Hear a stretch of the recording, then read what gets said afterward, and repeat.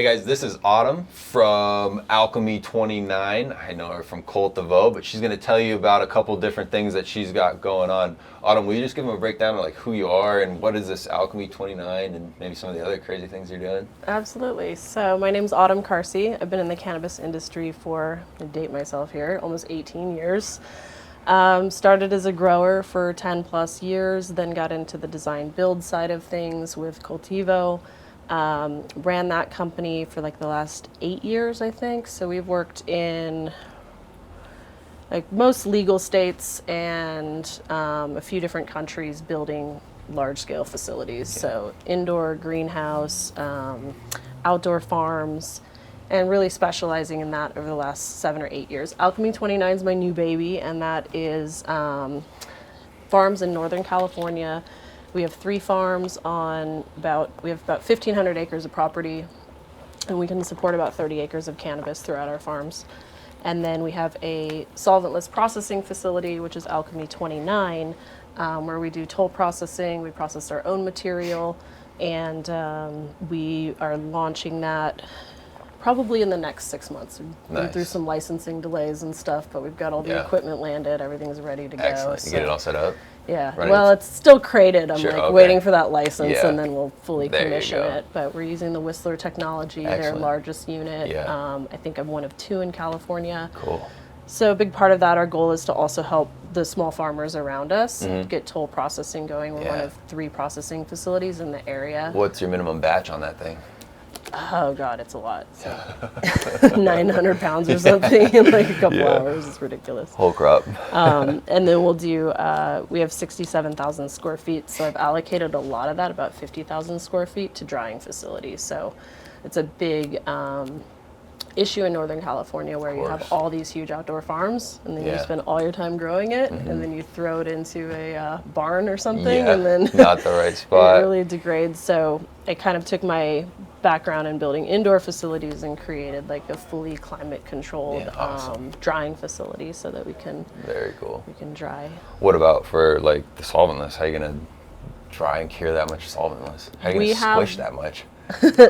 We have blast freezers that we can deploy directly onto the farms, and then take product out of the field and then move it into our freezers on site. So we've got a fair amount allocated to freezing and fresh frozen, and then we have dry material. Yeah, for sure. And all that's going to go through the Whistler.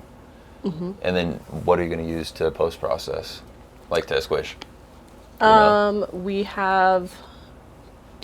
I don't know if that piece is spec'd yet. We just got a new director of manufacturing on board, so because that's kind of looking at that right now. It's the next choke point, right? Because most of what you see is a little lab scale. Maybe you're seeing some guys with some rigged up, big giant press, but even then, you start running into issues when you do it the batch that big. So a lot of guys have just gone back to like series of little small ones. And when you're talking 900 pounds an hour, even at a couple percent yield, that'll be the pinch point for sure. Squishing teams of squishers. Yeah.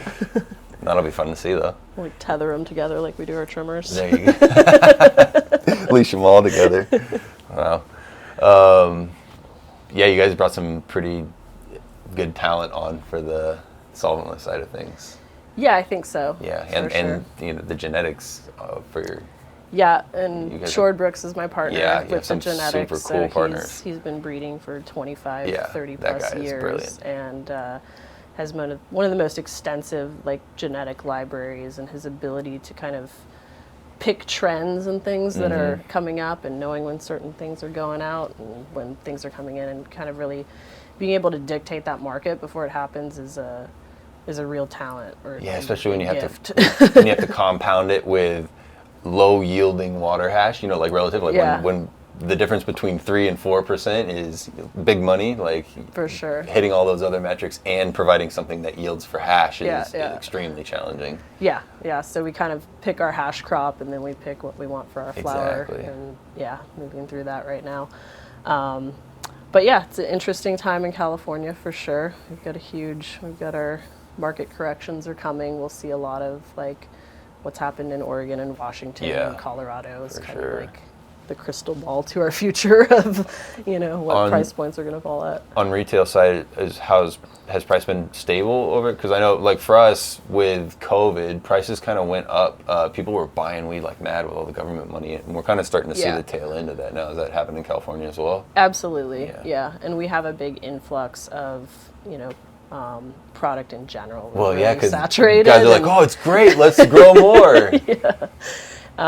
So there's a lot. I know so many farms coming online that have like 80 acres or 100 acres, or and I know brands that are like 7 big brands, and they can produce for their entire year on like 7 acres. Yeah. So really knowing your market, knowing what you can sell is super important. We're being really conservative with our approach. We can license like up to 30 acres, but we started with 2 this year. Word. We might go to 7 next year. Yeah. We may not grow the rest. We're kind of just feeling it out. But going big right out of the gate and being stuck with thousands of pounds of cannabis that you can't sell is not my jam. Not super great problem. No, high value craft niche products are the best customers, right? The least problematic customers. And if you're truly passionate about the plant, why wouldn't you strive to do that?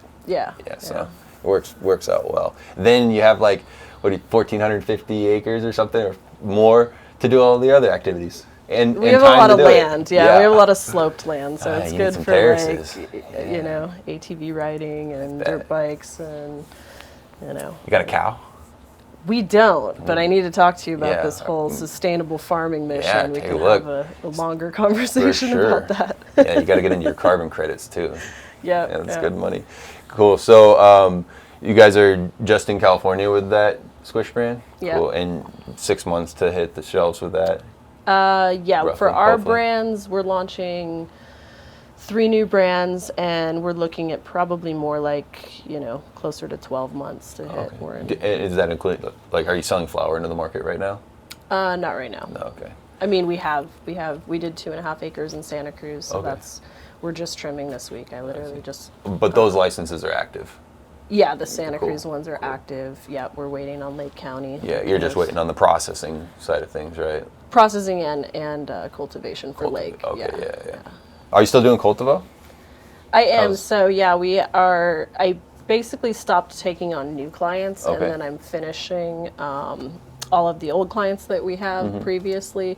So the way cultivo works is I would take like 4 to 8 clients at a time in various different states, and then I'd run all those tracks in parallel. Oh, cool. And they finish at the same time. Nice. So when COVID hit, I kind of finished a bunch of projects, had the tail end of some other ones, and so we're still going. I've got about 250,000 square feet under development between about 5 different projects, but I'm so busy with this stuff that I just kind of put that on pause for a minute. But it's still my baby. I still love to design and build I don't facilities. know if people have been following your Instagram or not, but you've been having a lot of fun lately. Yeah. I see you posting pictures of you're like full on homestead mode. Yeah. It's pretty sweet. Well, you were a big inspiration for that. Cool. So, it's not a bad way to live life. Yeah. I really enjoy it. I was watching your stories, and I'm like, that's kind of how I grew up, and I was born in Maui, Hawaii. And I lived on a horse ranch and, lived in LA like the past 8 years. And then when COVID hit, I was on a plane every single week going to different projects and,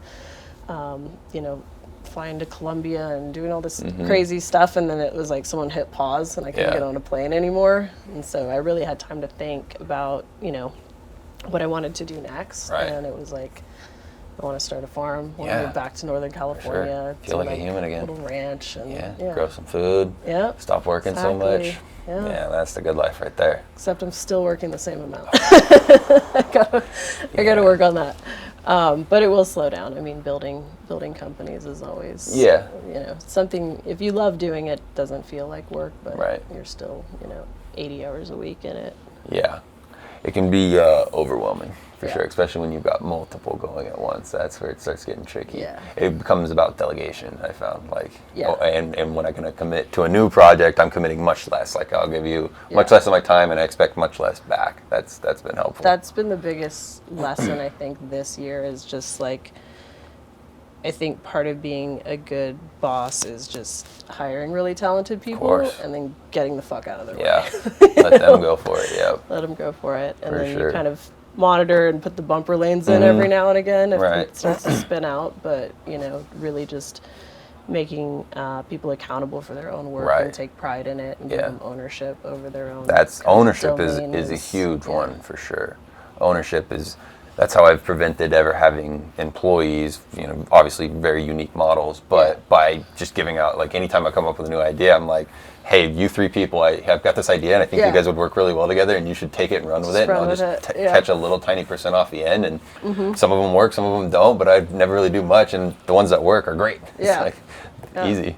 Yeah, I think some of the smartest people in the world have built very sustainable business models by doing that. It's the micromanagers that really, fall short if you're trying to, do everything and be everything to everybody. Right, because you need those people, but they need to be somewhat specialized. Like each one of these little companies has that person there that does that, but they're not worried about 3 other companies. That's like what they do. They're I can never do that. Yeah.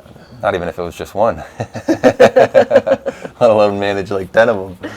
Crazy. What's your plan here in Vegas? You gonna hit the booths? Gonna go? You said you don't have any meetings. You're gonna just be kind of wide open. Yeah, I cleared my schedule this time. I kind of did something a little bit different this year, where I'm usually back-to-back meetings, and so I just kind of flew in, no booth, no plans. I had this plan, and that was it. Yeah. So. Eat a bunch of mushrooms, see where it goes. See where it goes. Got any chocolates left? I have gummies this year. You want to try some? I do. They're fantastic. Nice. Yeah, cool. Let's get that set up. Awesome.